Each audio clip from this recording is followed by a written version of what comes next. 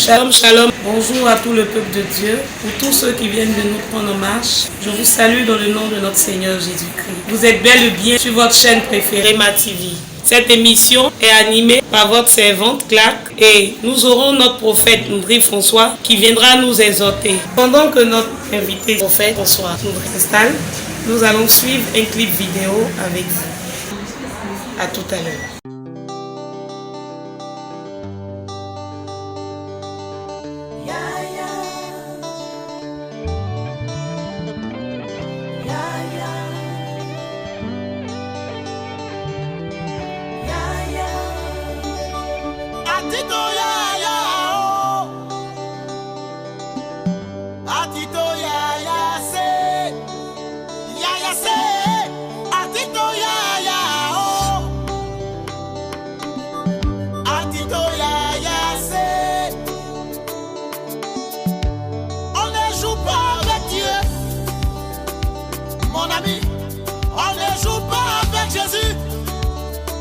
Jésus là n'est pas camarade de quelqu'un pour prendre son nom et faire des bêtises.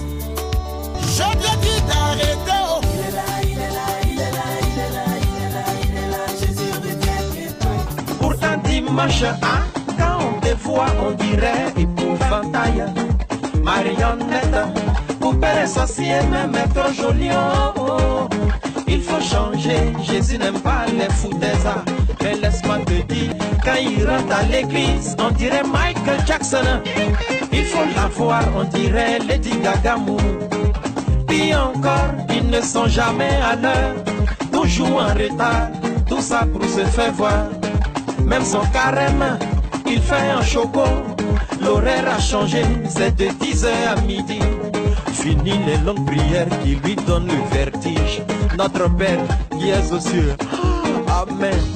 Mais laisse-moi te dire, on sera Boko Rodrigue, tu as combien sur 100? On sera monté. Janiel, tu as combien sur... De retour sur notre plateau, nous laissons la place à notre invité, le prophète Noudry François. Bien-aimés dans le Seigneur, je suis honoré encore une fois d'être devant vous. Mes salutations sont à vous, mes salutations sont pour vous. Que la grâce du Seigneur soit chez vous et dans vos vies abondamment dans le nom de Jésus-Christ. Nous sommes encore à notre rendez-vous de ce matin, ce dimanche. Écoutons la parole de Dieu.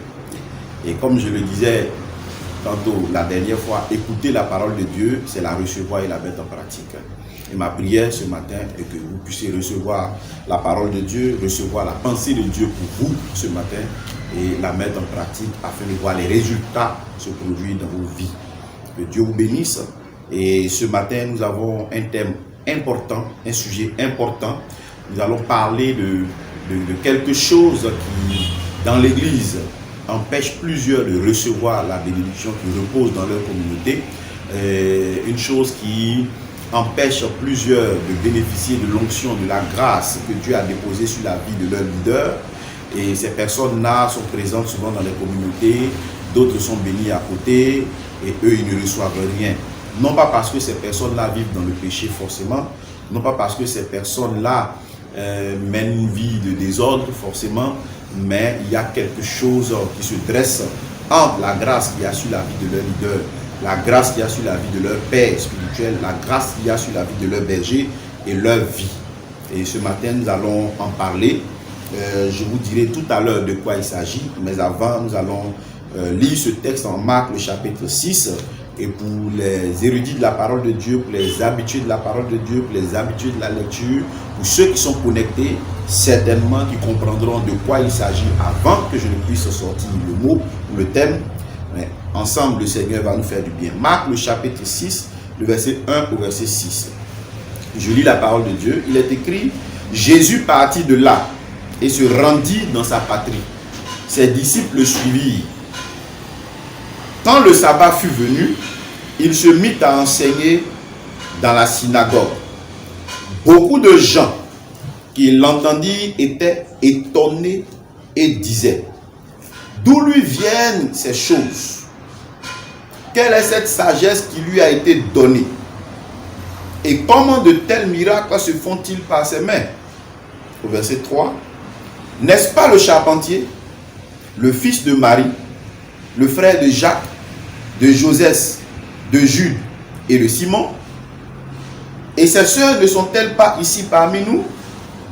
Et il était pour eux une occasion de chute. Verset 4. Mais Jésus leur dit, un prophète n'est méprisé que dans sa patrie, parmi ses parents et dans sa maison. Il ne put faire là aucun miracle, si ce n'est qu'il imposa les mains à quelques malades et les guérit. Et ils s'étonnaient de leur incrédulité. Jésus parcourait les villages d'alentour en enseignant. Alléluia. Que Dieu nous bénisse. Ce texte nous dit que Jésus était allé dans sa patrie avec ses disciples. Et quand le sabbat fut venu, Jésus dans la synagogue s'est mis à enseigner. Et ceux qui étaient là, présents dans la synagogue qui était dans sa patrie, ont commencé à s'interroger. Ils se demandaient, mais d'où lui viennent ces choses, cette sagesse, cette puissance qui opère les miracles? Est-ce que ce n'est pas le fils de Marie, le charpentier? Ses frères ne sont-ils pas parmi nous?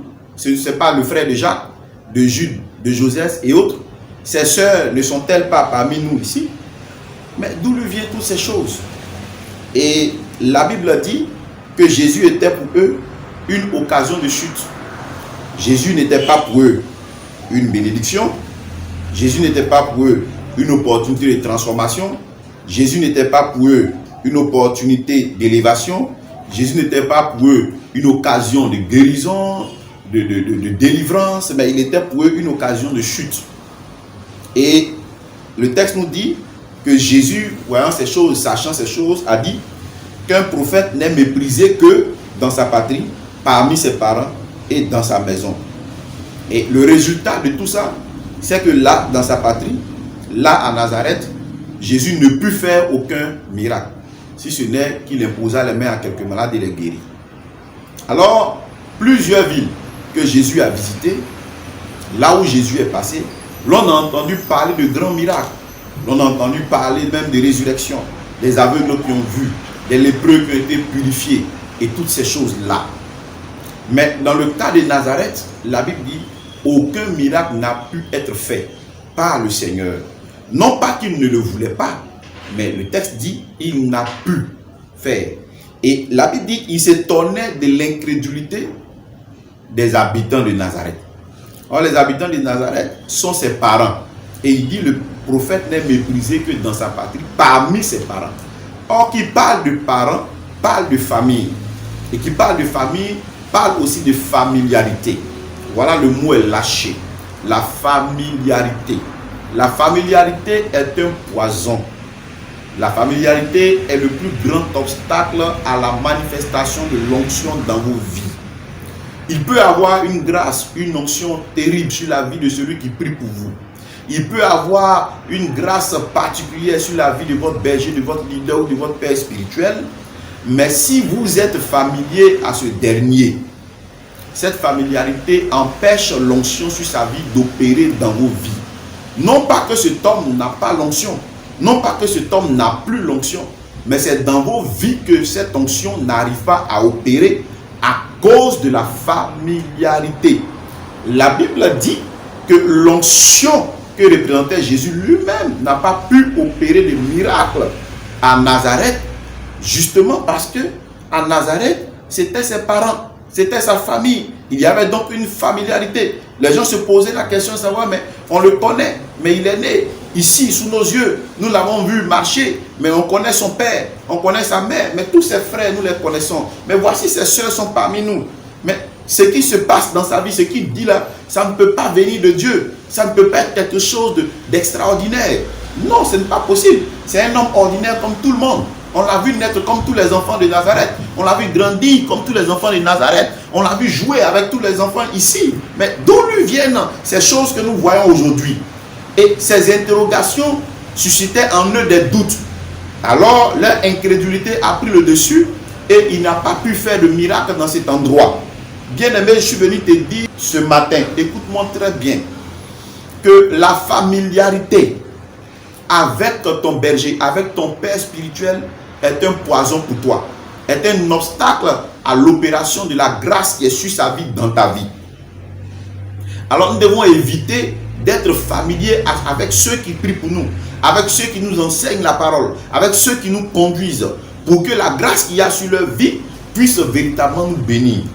Vous voyez, les gens qui étaient à Nazareth, la différence entre eux et ceux qui étaient à Jéricho, ceux qui étaient à Béthanie, dans les autres villes, la seule différence, c'est que Nazareth était la patrie de Jésus. Nazareth, c'était là où sa famille était, c'était ses parents. Il était parmi ses parents. Et lui-même l'a dit. Il dit que c'est parmi les parents du prophète qu'il est méprisé. Et il n'a pu faire aucun miracle. Le texte ne nous dit pas que Jésus ne voulait pas. Il n'a pas refusé. La preuve, le texte nous dit qu'il a imposé les mains à quelques malades et il les guérit. Donc ça veut dire que Jésus est entré en action. Jésus a commencé à opérer, il a commencé à travailler. Mais à cause de l'incrédulité de ses parents, incrédulité qui est le résultat de leur familiarité, Jésus n'a pas pu faire des miracles comme il les faisait ailleurs.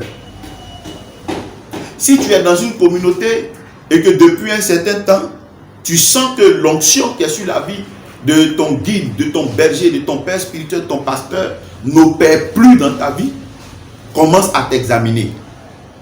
Est-ce que ce n'est pas parce que tu es devenu trop familier? Vous savez, l'habitude souvent installe la familiarité.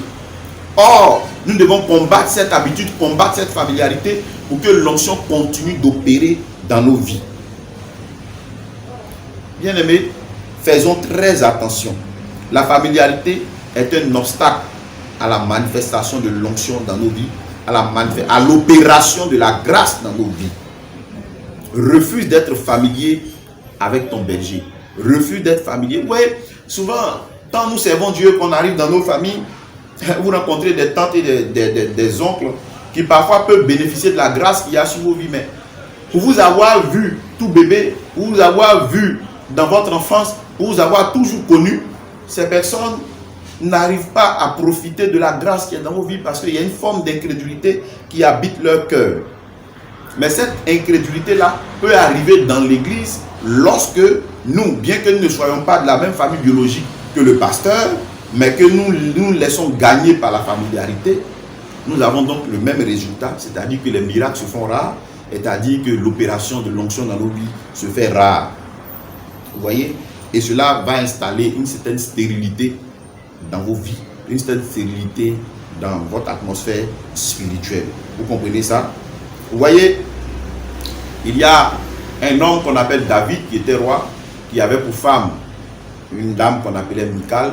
La Bible dit que David ayant loué le Seigneur, nous verrons cela dans le livre de 2 Samuel chapitre 6 à partir du verset 20 et 23. David a loué le Seigneur, il a tellement loué le Seigneur. Et la Bible dit que David s'en allait chez lui pour bénir sa maison. Et arrivé là-bas, sa femme Michal, l'ayant vu danser, se trémousser, se mettre pratiquement nu devant ses serviteurs et ses servantes, elle l'a méprisé et elle lui a dit: mais comment un roi peut-il se comporter comme toi, comme une personne de moindre valeur? Vous voyez, comme une personne insignifiante, se trémousser devant ses servantes et ses serviteurs. La Bible dit que cette femme a été frappée de stérilité. Pourquoi? Parce qu'elle a confondu son mari et le oint de Dieu. David était le roi. Le roi à l'époque, c'était un oint de Dieu. On n'était pas roi qui voulait. On était roi parce que Dieu nous avait choisi et nous recevons l'onction, la consécration, l'onction pour diriger le royaume. Donc, le roi est le oint de l'Éternel. Et elle a confondu son mari et le oint. C'était à elle de savoir comment parler au roi.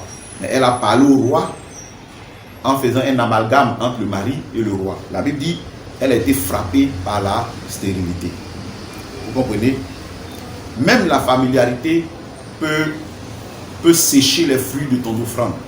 Parce que la Bible dit en Matthieu le chapitre 10, le verset 41 à 42, et que si quelqu'un reçoit un prophète en qualité de prophète, il recevra une bénédiction de prophète. Si quelqu'un reçoit un juste en qualité de juste, il recevra une bénédiction de juste. Ça veut dire, la qualité avec laquelle tu reçois quelqu'un ou tu reçois un oint de Dieu te vaut des bénédictions. C'est-à-dire la grâce qui est sur sa vie. Parce qu'il dit, il recevra une bénédiction du prophète. C'est-à-dire que la grâce qui est sur la vie du prophète va opérer dans ta vie. Pourquoi? Parce que tu l'as reçu en qualité de prophète. Vous voyez? Donc, ton pasteur peut venir chez toi. Si tu le reçois vraiment en qualité de oint de Dieu, tu le reçois en qualité de prophète, tu le reçois en qualité du représentant de Dieu, évidemment que la grâce qui est sur sa vie va opérer dans ta vie. Mais si tu commences à recevoir ton pasteur comme tu reçois tout le monde, comme tu reçois tes collègues, comme tu reçois tes amis, frère, sœur, la grâce qui est sur sa vie ne va pas opérer dans ta vie. Et tu vas voir que tu es auprès de lui depuis longtemps, tu vas voir que même tu es là depuis des années, mais il ne se passe rien dans ta vie. Et pourtant, dans la vie des autres, il se passe quelque chose. Donc, je vais vous dire qu'il faut combattre la familiarité. La familiarité, c'est le fait d'être tellement habitué à quelqu'un, de tellement connaître quelqu'un, nous le connaissons tellement bien que nous avons perdu même son respect. Et qu'il n'y a plus de révérence, c'est-à-dire dans nos relations. Et il y a tout ce qu'on peut appeler comme crainte, n'existe plus. C'est-à-dire le pasteur est devenu ton petit camarade. Quand tu le vois, tu tapes dans sa main. Bah, basta. Voilà. Quand tu fais ces choses-là, l'onction qui est sur sa vie ne peut plus opérer dans ta vie. C'est le pasteur, c'est le oint de Dieu. Voilà. Même si le pasteur, à des moments, te donne accès à lui d'une certaine façon, mais je dis que la responsabilité de combattre la familiarité repose principalement sur la brebis. Vous voyez, David, il s'est trémoussé comme il voulait. Il s'est rabaissé, il s'est humilié pour louer son Dieu. Mais c'était à Michal, sa femme, de savoir à qui elle parlait. Vous comprenez? Donc la responsabilité, là, vous revient à vous de ne pas franchir certaines limites. Quelle que soit la simplicité de l'homme de Dieu, quelle que soit sa gentillesse, quelle que soit son humilité, vous devez respecter la grâce qui est sur sa vie. Vous devez toujours le traiter comme le oint de Dieu, comme le prophète de Dieu, comme le pasteur de Dieu, comme le docteur de Dieu, comme l'évangéliste de Dieu. Et vous devez toujours être en train de le servir avec empressement. Parce qu'il est le choix de Dieu. Lorsqu'on laisse la familiarité s'installer, l'onction ne peut plus opérer. La grâce ne peut plus opérer dans nos vies. Et parfois, nous nous laissons abuser, nous nous laissons tromper par certaines choses apparentes. On rencontre un homme de Dieu dans des difficultés ou dans des problèmes et nous sommes tentés de le mépriser. La Bible dit, Élisée était malade lorsque Akab est venu le voir pour lui poser le problème des Syriens. Et sur instruction de Élisée, ce dernier a pu les battre 3 fois. Bien qu'Élisée était malade, mais l'onction était encore sur sa vie. Ce même Élisée, la mort, dans son tombeau, ses os ont ressuscité un mort qu'on a jeté, qui a roulé, qui est venu toucher les os d'Élisée. On peut être malade, mais toujours point. On peut être mort, mais toujours point. Vous voyez, quand je parle de malade, je parle dans les 2 dimensions. Dans la dimension naturelle et dans la dimension surnaturelle et dans la dimension spirituelle. Quelqu'un peut être malade naturellement, mais la maladie ne chasse pas l'onction. Il ne perd pas l'onction parce qu'il est malade. Quelqu'un peut être malade spirituellement, c'est-à-dire qu'il rencontre quelques difficultés, même dans sa relation avec Dieu, ça ne chasse pas l'onction de sa vie.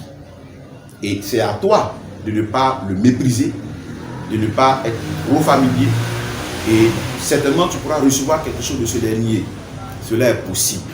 Et donc ce matin, je voudrais dire à l'église du Seigneur qu'il y a trop de familiarité installée dans nos communautés, trop de familiarité installée dans nos assemblées, ce qui bloque la manifestation, bloque certaines opérations. Nous devons revenir à l'origine des choses. Nous devons revenir véritablement dans le service avec la crainte de Dieu. Nous devons revenir dans la révérence, dans le respect de l'homme de Dieu. Il faut honorer l'onction qui est sur la vie de l'homme de Dieu. Vous voyez, il faut honorer l'onction qui est sur sa vie. Il faut respecter cette grâce qui est sur la vie de l'homme de Dieu. Sinon, elle ne va pas opérer dans vos vies. Elle ne va pas opérer. Elle ne va pas opérer. Alors toi qui m'écoutes ce matin, commence à te repentir. Toi qui as pris ton pasteur comme ton petit camarade. Même parfois dans les assemblées, on a le pasteur principal, on a les pasteurs seconds, on a les appelés. Il y en a qui prennent bien soin de ne pas être familier au pasteur principal, mais tous les appelés sont leurs petits camarades. Ou tous les petits pasteurs, ou bien les pasteurs seconds sont leurs petits camarades. Et pourtant, c'est des hommes de Dieu. Même s'ils n'ont pas encore atteint une certaine position, mais à partir du moment où Dieu les a appelés, il y a une grâce dans leur vie. Et si tu veux bénéficier de la grâce dans leur vie, traite-les comme tels. Traite-les comme des hommes de Dieu. Ne les méprise pas. Ne cherche pas à les banaliser. Ne cherche pas à leur manquer de respect d'une certaine façon. Vous savez, ce n'est pas injurier quelqu'un qui est toujours manqué de respect, mais banaliser la fonction qu'une personne incarne, c'est lui manquer de respect. Donc faisons attention. Beaucoup de personnes sont devenues stériles dans l'église à cause de cette attitude, à cause de ce problème de familiarité. Il faut combattre la familiarité, il faut en sortir. Si tu es devenu trop familier avec tes pasteurs, il faut te ressaisir. Il faut commencer à mettre un certain nombre d'écarts entre eux et toi. Souvent, eux, ils ne disent rien. Souvent, ils ne font rien pour ça. Mais j'ai dit que la principale responsabilité repose sur tes épaules. C'est à toi de savoir quelles sont tes limites. Comment je parle à mon pasteur, qu'est-ce que je peux lui dire, qu'est-ce que je ne peux pas lui dire, qu'est-ce que je peux faire avec mon pasteur, qu'est-ce que je ne peux pas faire avec mon pasteur. Vous voyez, c'est ça. Et souvent les signes qui montrent que vous êtes devenu trop familier, souvent c'est quand au départ vous ne connaissez pas le retard au culte, mais que depuis un certain temps, ça ne vous dit rien de venir en retard. Vous venez, le pasteur a déjà commencé à prêcher, mais ça ne vous dérange pas. Ça ne fait rien. Il y a d'autres qui sont assis et qui dorment pendant que le pasteur prêche. La familiarité aussi se montre lorsque dans des communautés où le pasteur a prêché, il y a des CD qu'on doit acheter pour aller réécouter et que cela ne nous intéresse pas. On préfère aller sur les réseaux sociaux pour écouter les messages de d'autres pasteurs, des pasteurs populaires, des pasteurs, bon, entre guillemets, grands pasteurs. Vous voyez, ça veut dire que ce que vous avez là, vous n'accordez plus de valeur à ce que Dieu vous a donné. Sachez que les hommes ont été appelés, ils ont été faits don pour vous. La grâce qui est sur la vie de l'homme de Dieu, Dieu l'a déposée là pour te bâtir. Dieu l'a déposée là pour ta bénédiction. Dieu l'a déposée là pour ta croissance. En Éphésiens 4, verset 11 à 12, vous verrez cela. Il a donné d'autres comme apôtres, comme docteurs, tout ça, pour l'édification de l'Église. Donc c'est pour toi, Église. C'est pour toi, membre de l'Église, que ces personnes ont été appelées, qu'elles ont été loin, dans la vie desquelles le Seigneur a déposé un trésor inestimable pour que toi, tu sois béni à leur contact. Mais si tu n'honores pas cette grâce que Dieu a déposée sur leur vie, tu ne pourras pas en bénéficier. Jésus n'a pas pu faire des miracles à Nazareth, non pas parce qu'il avait perdu l'onction, non pas parce qu'il n'avait plus de puissance, mais parce que simplement les gens de Nazareth lui étaient familiers, ou il était familier aux habitants de Nazareth. Voilà le problème qu'ils ont eu. Je ne veux pas que tu aies ce problème. Et si tu l'as eu, répands-toi. Demande pardon à Dieu pour cette familiarité dans laquelle tu es tombé avec ton berger, avec ton père spirituel. Et répands-toi. Recommence à le considérer comme une personne consacrée à Dieu. Vois-le comme un homme sacré qu'on ne peut pas toucher à tout moment, qu'on ne peut pas toucher n'importe comment, à qui on ne peut pas parler n'importe comment, à qui on ne peut pas donner n'importe quoi. Il y en a même qui donnent des rendez-vous au pasteur et qui ne viennent pas. Ah papa, je viens te voir tel jour, à telle heure. Le pasteur se dispose pour recevoir sa brebis. Elle ne vient pas. Et elle ne vient pas, ça ne la dérange pas. La brebis ne prend même pas la peine même de s'excuser parfois. C'est que vous êtes tombé dans la familiarité. Et dès que vous tombez dans cette familiarité, sachez que la grâce ne perd plus. La grâce. Et pourtant, c'est là que vous êtes. Et pourtant, c'est là que Dieu vous a mis. C'est la grâce qui est sur sa vie qui doit vous faire. Mais si cette grâce ne perd plus dans votre vie, où iriez-vous pour recevoir cette grâce qui va faire votre vie, qui va vous bâtir, qui va vous ouvrir les portes, qui va vous élever? Où irez-vous? Vous pouvez suivre des gens sur Facebook, vous écoutez leurs messages, peut-être ça vous édifie, mais ce ne sont pas eux qui prient pour vous. Ne vous imposent pas les mains, parfois ils sont très loin. Et parfois même si vous vous déplacez pour aller les rencontrer, bon, qu'est-ce que ça peut donner? Ça peut donner un résultat d'un temps. Mais pour construire une maison, pour bâtir une vie, c'est sur un long temps. Ce n'est pas une histoire de 2 jours, ce n'est pas une histoire d'une semaine. Donc c'est ton pasteur qui est le vase dans lequel Dieu a déposé ce qu'il te faut. Considère le vase que Dieu t'a donné. Prends soin de ce vase-là, afin que tu puisses bénéficier de ce qu'il y a dedans. Donc la familiarité est un poison. Je veux que tu le dises à quelqu'un que tu connais. La familiarité est un obstacle à l'opération de la grâce dans nos vies. ne seront pas familiers à ceux qui sont établis sur nous spirituellement. Ils ne seront pas familiers. Sinon, ils veulent parfois, vous voyez, des fois, le berger même, quand il voit un de ses enfants, il a tellement envie que ce dernier soit béni. Il a envie, il le veut, il prie même pour ça. Mais parfois, le problème, c'est la familiarité. Il fait toutes les prières, mais ta situation ne change pas. Donc toi, sors de la familiarité. Vous voyez, pour savoir aussi que vous êtes tombé dans la familiarité, lorsque l'homme de Dieu vous donne un conseil, il est obligé de répéter au moins 5 ou 6 fois le même conseil avant que vous ne mettiez cela en pratique. Ça, c'est un signe de la familiarité. Parce que si c'était quelqu'un que vous ne connaissiez pas, un homme de Dieu que vous n'avez jamais vu, et que vous rencontrez une fois qu'il vous donne ce conseil, il y a longtemps que vous l'aurez mis en pratique. Mais quand vous ne le faites pas, c'est que la familiarité a commencé à s'installer. Restons dans l'église, adorons Dieu dans l'église, louons Dieu dans l'église, mais combattons la familiarité. Pour ne pas être dans la situation de Nazareth, où les autres villes ont bénéficié de la grâce qui est sur la vie du Seigneur Jésus. Les autres villes ont bénéficié de la puissance de Dieu avec laquelle marchait Jésus-Christ. Et eux, ils n'en ont pas vraiment bénéficié. Donc, tu peux être dans l'assemblée, tu vois des gens qui bénéficient de la grâce, des gens qui bénéficient de la puissance, bénéficient de l'onction, et toi, tu ne bénéficies pas. Parce que tu es dans la familiarité. Ne sois pas familier. Sors. Sors de la familiarité. Voilà ce que j'avais envie de vous dire ce matin, que Dieu m'a mis à cœur de vous dire ce matin. Et je crois que quelqu'un ce matin qui a suivi ce message, s'il le prend comme venant de Dieu et qu'il le met en pratique, il va voir que la saison de stérilité prend fin pour lui et une saison de fertilité, de fécondité, où les arbres poussent, où les fruits poussent, va venir dans sa vie. Que Dieu vous bénisse, que sa grâce soit sur vous abondamment.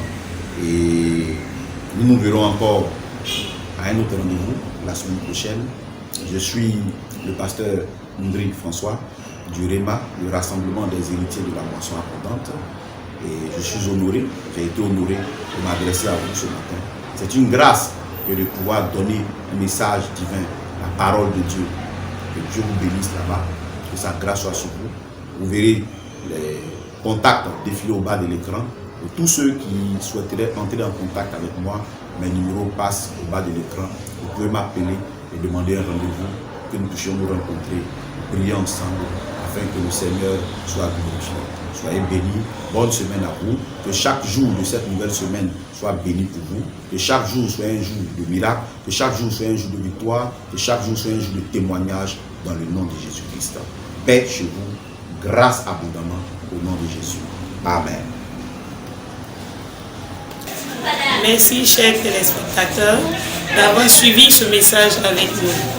Nous sommes au thème de notre émission. Restez connectés sur REMA TV. À très bientôt. Quand il viendra l'esprit de vérité, il nous revêtira de sa puissance afin de faire de nous des témoins pour la gloire du royaume. À l'un il donnera la sagesse, à l'autre il donnera le discernement, à un autre il donnera l'intelligence, la rouae.